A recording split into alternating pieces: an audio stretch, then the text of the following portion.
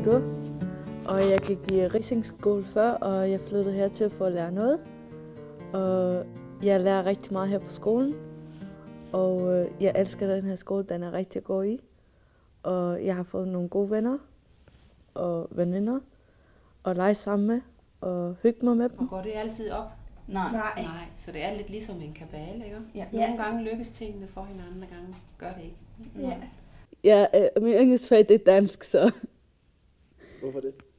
dansk, det er fordi der er nogle ord på, og, som jeg kan lære og skrive til og stave til og sådan noget, så det er min yndlingsfag.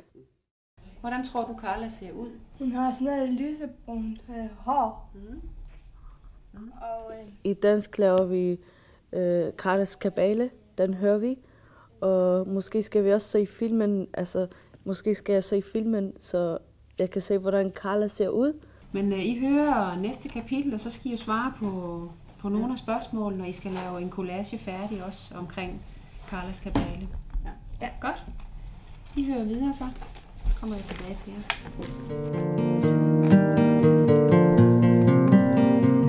Man kan lave ringe, man kan lave armbånd og halskæder og ja, forskellige ting, man har lyst til mor eller far. Eller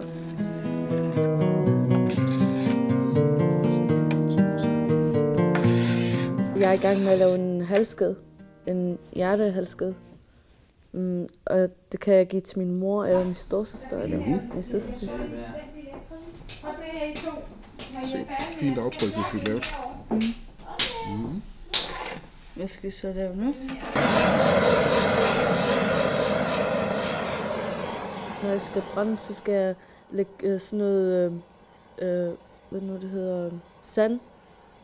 Og så skal jeg stramme det rigtig hårdt. Og så skal jeg bare brænde noget af, som er brugt.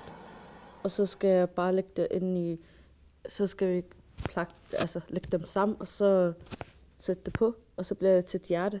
Og så bliver det sådan, man brænder af.